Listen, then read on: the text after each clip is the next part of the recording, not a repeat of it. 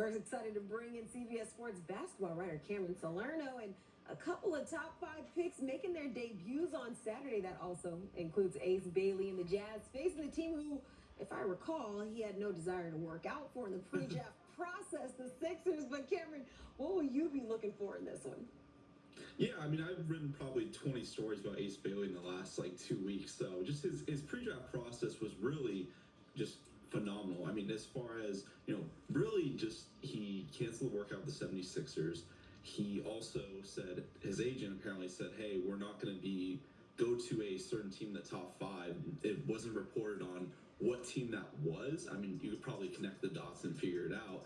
But, Ace was just a polarizing prospect coming out of Rutgers. And, his shot diet is just, one of the most polarizing in probably, the last few years I've been watching college basketball. Like, he has the ability to make so many contested mid-range jumpers. His upside is, off the charts. He has all NBA potential if everything clicks. He could be a 22, 25 point scorer in the NBA. So I'm really looking forward to seeing him play. Obviously, he was someone who I thought was a top 3 player potentially in this class, but obviously Utah gets him at number 5. And, for Utah's perspective, they've drafted a lot of really good young talent over the last few years, but they still need a true number 1, and I think Ace can be that if everything goes right.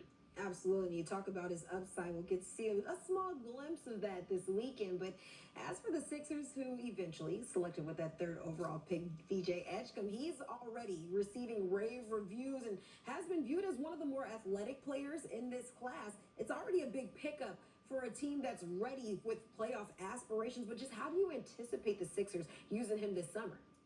Yeah, I mean, I've been on record with it. I think VJ is probably the most athletic player in college basketball since Zion Williamson. He has that upside to be a two-way player in the NBA. And just, I think we saw on opening night of college basketball season. He had a poster dunk in the final few seconds against Gonzaga.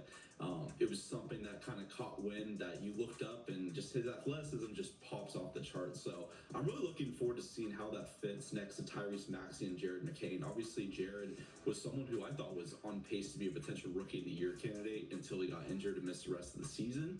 But BJ has just two-way upside. I think he's going to be a perfect fit next to Tyrese Maxey and Jared McCain, and I'm looking forward to seeing him hopefully throw down a poster dunk or 2 in the summer league.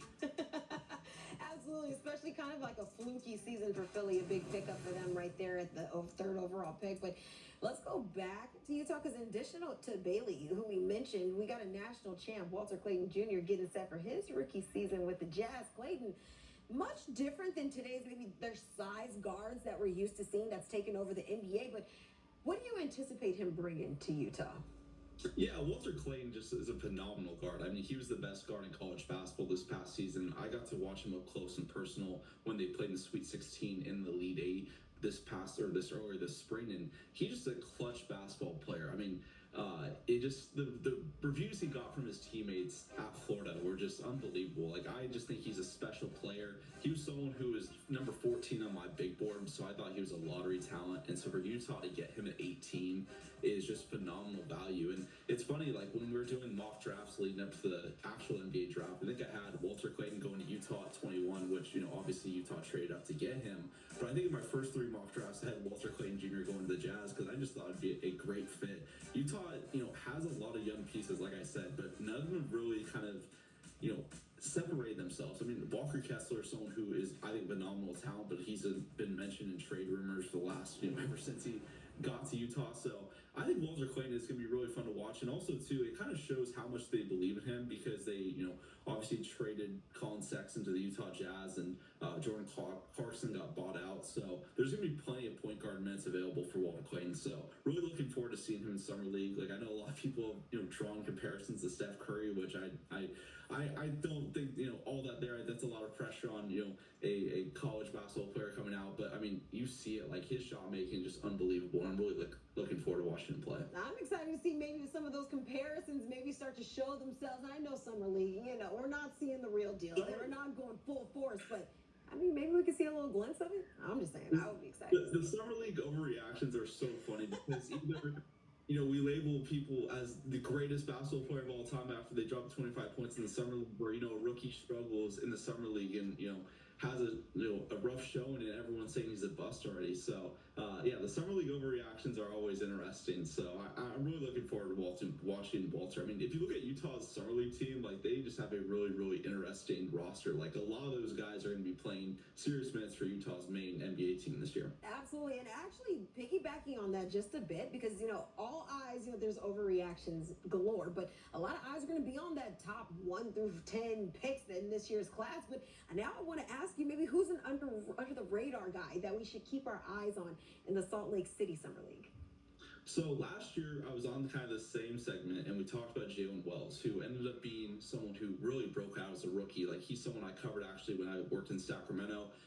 He was a star for the Memphis Grizzlies this year. So it's not going to be a rookie, but it's going to be Justin Edwards with the Philadelphia 76ers. He's someone who went undrafted, and it was pretty shocking to me because I had a first-round grade on Justin Edwards coming out of the draft, and he was a former #1 overall recruit coming out of Kentucky. So for him to go undrafted was really quite shocking, and I thought he had a really good rookie year. Like, he had some games in March where he dropped 20-plus points in multiple games.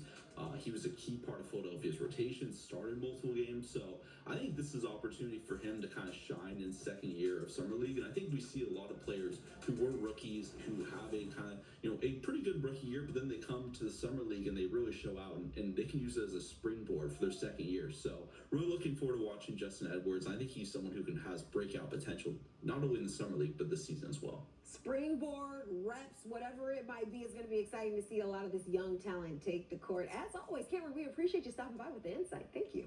Thank you. And let's take a look at the early 2020